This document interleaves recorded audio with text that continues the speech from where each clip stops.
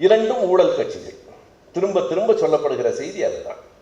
அதிலும் இந்த 2G வழக்கு மறுபடியும் 2G பற்றி எப்போது பேசுவார்கள் என்றால் தேர்தல் வரும்போதெல்லாம் பேசுவார்கள். இப்போது மறுபடியும் 2G பற்றி பேச தொடங்கி இருக்கிறார்கள். நான் என் வலைப்புவிலே எழுதியிருக்கிறேன் 2G வழக்கும் சில கணக்கும் என்று. அந்த கணக்கை மட்டும் சொல்லிவிட்டு நான் அமர்ந்து கொள்ளுகிறேன். நான் ஒன்றும் கணக்கிலே அவ்வளவு பெரிய வல்லுநன் இல்லை, ஆனாலும் சில நீதிபதிகளை விட சரியாக கணக்கு போடுவேன்.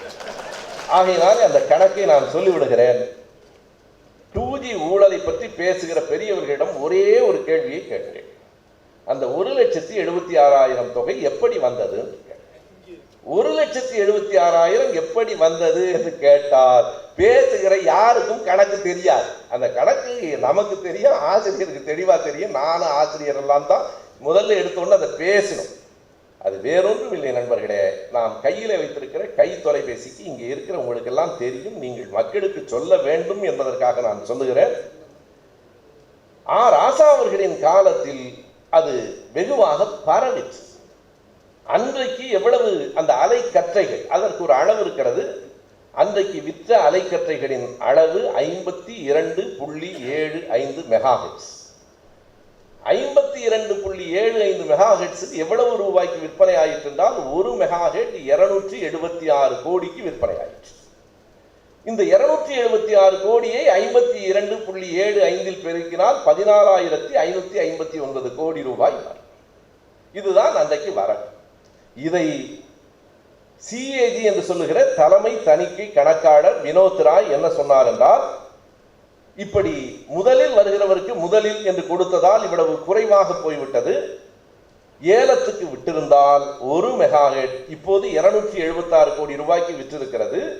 ஏலத்துக்கு விட்டிருந்தால் 3,350 கோடி ரூபாய்க்கு விற்றிருக்க கூடும். இது வெறும் கணக்கு, அது அவருடைய கற்பனை.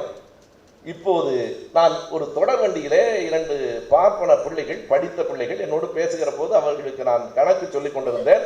அவங்க அப்பா பக்கத்தில் உட்கார்ந்து ஏதோ அந்த தொலைபேசியில அழுத்தி கொண்டிருந்தால் எனக்கு புரிந்தது. அதற்கு பிறகு நான் அவரை பார்த்து கேட்டேன், நான் போட்ட கணக்கு சரியா இருக்குல்லன்னு கேட்டேன். அவர் கணக்கு சரியான்னு போட்டு பார்க்குறாரு. நம்ம ஆளா இருந்தா நம்ம என்ன சொல்லுவோம்னா, பிள்ளைங்க எதுக்குடா இதெல்லாம் பேசுறேமோ, அந்த ஆளுங்க கணக்கு அதை கணக்கு போட்டு சரியா இருக்கான்னு பார்க்குறாரு. 52.75 மெகாஹெர்ட்ஸ் 1 மெகாஹெர்ட்ஸ் 3,350 கோடிக்கு விற்றிருந்தால் 1,76,712 கோடி வந்திருக்கும் என்பது வெறும் கணக்கு, வெறும் கற்பனை கணக்கு. நண்பர்களே, இந்த 1,76,000 போனால் போகிறதுன்னு 712 ரூபாயை மன்னித்து விட்டு 1,76,000 கோடின்னு திரும்ப திரும்ப எல்லாரும் சொல்லிட்டு இருக்கிறான். இதுல கூட கணக்கு சரியாக போட வேண்டும் என்றால் வந்த வரவு 14,000 கோடியை கழிச்சிடணும்ல. 1,62 தானே கணக்கு சொல்லணும். எல்லாருமே குமாரசாமியா இருந்தா எப்படி அந்த நாட்டில் அந்த 14 கழிக்கணும் இல்லை, 1,62 சொல்லணும். 1,76 சொன்னார்கள். எப்போது நம்முடைய அருமைக்குரிய ராசா அவர்கள் கைது செய்யப்பட்டார்கள் என்றால் 2011 பிப்ரவரி 2ஆம் தேதி, சரியாக தேர்தலுக்கு 2 மாதங்களுக்கு முன்பு. நீங்கள் எந்த விளக்கத்தையும் கொடுக்க முடியாது. தேர்தல் முழுவதும் இதுவே பேசப்பட்டது. 2011 ஏன் நாம் ஆட்சி இழந்தோம், 91 ஆட்சி இழந்தது நமக்கு தொடர்பே இல்லாத ராஜீவ்காந்தி கொலைக்கும் திமுக என்ன தொடர்பு, அதை சொல்லி அன்றைக்கு ஆட்சி பறி போயிற்று, இதை சொல்லி இன்றைக்கு ஆட்சி பறி போயிற்று. ராசா அவர்கள் கைது செய்யப்பட்டார். இப்போது இன்னொரு கேள்வி, 2011 பிப்ரவரியில கைது செய்யப்பட்டார். 2011 ஏப்ரல் மாதம் 2ஆம் தேதி குற்றப்பத்திரிகை சார்ஜ் ஷீட் சமர்ப்பிக்கப்பட்டது. யாராவது நாணயமானவர்களாக இருந்தால் எதிர்கட்சியிலிருந்து விடை சொல்ல வேண்டும். அந்த குற்றப்பத்திரிகையில் எங்காவது 1,76,000 என்கிற தொகை இருக்கிறதா என்று நாணயமானவராக இருந்தால் சொல். எங்கும் இல்லை. சிபிஐ அந்த கணக்கை ஏற்கவில்லை. 32,000 இருக்கலாம் என்றார்கள். பிறகு அது 9,000 ஆகி 2,000 ஆகி ஒன்றுமில்லை என்கிற கட்டத்திற்கு வந்து சேர்ந்து விட்டது. அது ஒரு பக்கம். இன்னும் ஒரு சின்ன கணக்கு இருக்கிறது. அன்றைக்கு 2008 1 மெகாஹெர்ட்ஸ் 3,350 கோடிக்கு ஏலம் விட்டிருந்தால் போயிருக்கும் என்று வினோத் ராய் சொன்னார். 2014 ஏலத்துக்கு விடப்பட்டது. எவ்வளவு மெகாஹெர்ட்ஸ் விற்பனை ஆயிற்று? 2008 வெறும் 52.75 மெகாஹெர்ட்ஸ். 2013 அது 350 மெகாஹெர்ட்ஸ்.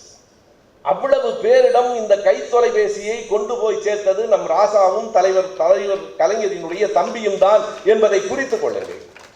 நடந்தது ஊழல் இல்லை நண்பர்களே, நடந்தது புரட்சி. மக்களிடத்திலே ஒரு தொழில்நுட்ப புரட்சி. 350 மெகாஹெர்ட்ஸ் விற்பனையா ஏலத்துக்கு போனது. இப்போது நான் மறுபடியும் வினோத் ராய் கணக்கை எடுக்கிறேன். 1 மெகாஹெர்ட்ஸ் 3350 கோடிக்கு ஏலம் போயிருக்கும் என்று சொன்னார் இல்லையா 2008. அதற்கு பிறகு 6 ஆண்டுகளுக்கு பிறகு ஏலம் விடுகிற போது இன்னமும் பல்லாயிரம் கோடிக்கு கூடுதலாக போயிருக்க வேண்டும். அது மட்டுமல்லாமல் 2008 விற்பனையானது வெறும் 2ஆம் தலைமுறை அலைக்கற்றை 2G மட்டும்தான். 2014 3G 3ஆம் தலைமுறை அலைக்கற்றையும் விற்பனை ஆயிற்று. ஆனால் எவ்வளவுக்கு விலை போயிற்று? 350 மெகாஹெர்ட்ஸ் வெறும் 1,09,00,000 தான் போயிற்று. அத்தனை பத்திரிகைகளிலும் இந்த செய்தி வந்திருக்கிறது. 1,09,00,000 என்று சொன்னால் 1 மெகாஹெர்ட்ஸ் 297 ரூபாய்க்கு விற்பனை ஆகி இருக்கிறது என்று பொருள். ராஜா கொடுத்தது 276 கோடி. இப்போது 6 ஆண்டுகளுக்கு பிறகு 21 கோடி மட்டுமே கூடுதலாக போயிருக்கிறது என்றால் என்ன நியாயம்? நான் கேட்கிறேன். குறைந்தது அதே 3,350 கோடிக்காவது விற்பனை ஆகியிருந்தால் 350ஐயும் 3,350ஐயும் பெருக்குங்கள், 11 லட்சம் கோடி வரும். சொல்லலாமா? 11 லட்சம் கோடி ஊழல் நடந்திருக்கிறது என்று சொல்லலாமா? மோடி உட்பட அத்தனை பேரையும் கைது செய்யலாமா? பாரதிய ஜனதா கட்சி ஊழலை பற்றி பேசுகிறீர்களே, மத்திய பிரதேசத்தினுடைய வியாபம் ஊழலை பற்றி நாங்கள் பேச தொடங்கினால் நாரி போகும் உங்கள் கட்சி. யாரை பார்த்து யாரிடத்துல ஊழல் என்கிறீர்கள்?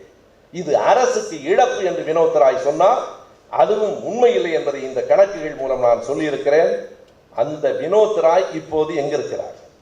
நண்பர்களே, அரசமைப்பு சட்டத்தினுடைய 148வது பிரிவினுடைய 4வது உட்பிரிவு சொல்லுகிறது, வழக்கறிஞர்கள் இருக்கிறார்கள், இந்த ஆர்டிகிள் 148 to 151 எது பற்றி பேசுகிறது இந்திய அரசமைப்பு சட்டத்தில் என்றால், தலைமை கணக்கு அலுவலரை எப்படி நியமிப்பது, எப்படி விடுவிப்பது என்பதை பற்றித்தான் இந்த 4 பிரிவுகளும் சொல்லுகின்றன. அதில் 148வது பிரிவினுடைய 4வது உட்பிரிவு சொல்லுகிறது, the Comptroller and Auditor General shall not be eligible for any further office. தயவு செய்து அதை அப்படியே உள்வாங்கிக் கொண்டு நான் சொல்லுகிற வரி சரியா என்று சரிபார்த்துக் கொள்ளுங்கள். CAG shall not be eligible for any further office under the government of India or under the government of any state after he has ceased to his post என்று எழுதியிருக்கிறார்கள். அந்த பதவியில் இருந்து அவர் விடுவிக்கப்பட்டதற்கு பிறகு அந்த பொறுப்பில் இருந்தவர் அரசின் வேறு எந்த பொறுப்பிலும் நியமிக்கப்படக்கூடாது என்று அரசமைப்பு சட்டம் சொல்லுகிறது. ஆனால் அந்த பொறுப்பில் இருந்து விடுவிக்கப்பட்ட வினோத் ராய் இன்று இந்திய அரசினுடைய 4 மிகப்பெரிய பொறுப்புகளில் நியமிக்கப்பட்டிருக்கிறார். 1 இல்லை, 2 இல்லை, 4 பெரிய பொறுப்புகளில் adviser to the railways, adviser to the PM committee, UN panel adviser என்று இத்தனை பொறுப்புகளில் வினோத் ராய் நியமிக்கப்பட்டிருக்கிறார். நண்பர்களே, இப்போது எல்லா கணக்கும் உங்களுக்கு புரிந்திருக்கும். உதயசூரியனுக்கு வாக்களியுங்கள். வாய்ப்புக்கு நன்றி, வணக்கம். உலகத்தில் எந்த கட்சியும் சொல்லியிருக்க முடியாத ஒன்றை தேமுதிக தன் தேர்தல் அறிக்கையிலே சொல்லியிருக்கிறது. நாங்கள் மணல் கொள்ளையை தடுப்போம், அதற்கு மாற்றாக அரசே மணலை தயாரித்து குறைந்த விலையில் கொடுப்போம். இதற்கு எந்த அறிவியல் அறிஞரிடத்தில் விளக்கம் கேட்பது என்று எனக்கு புரியவில்லை.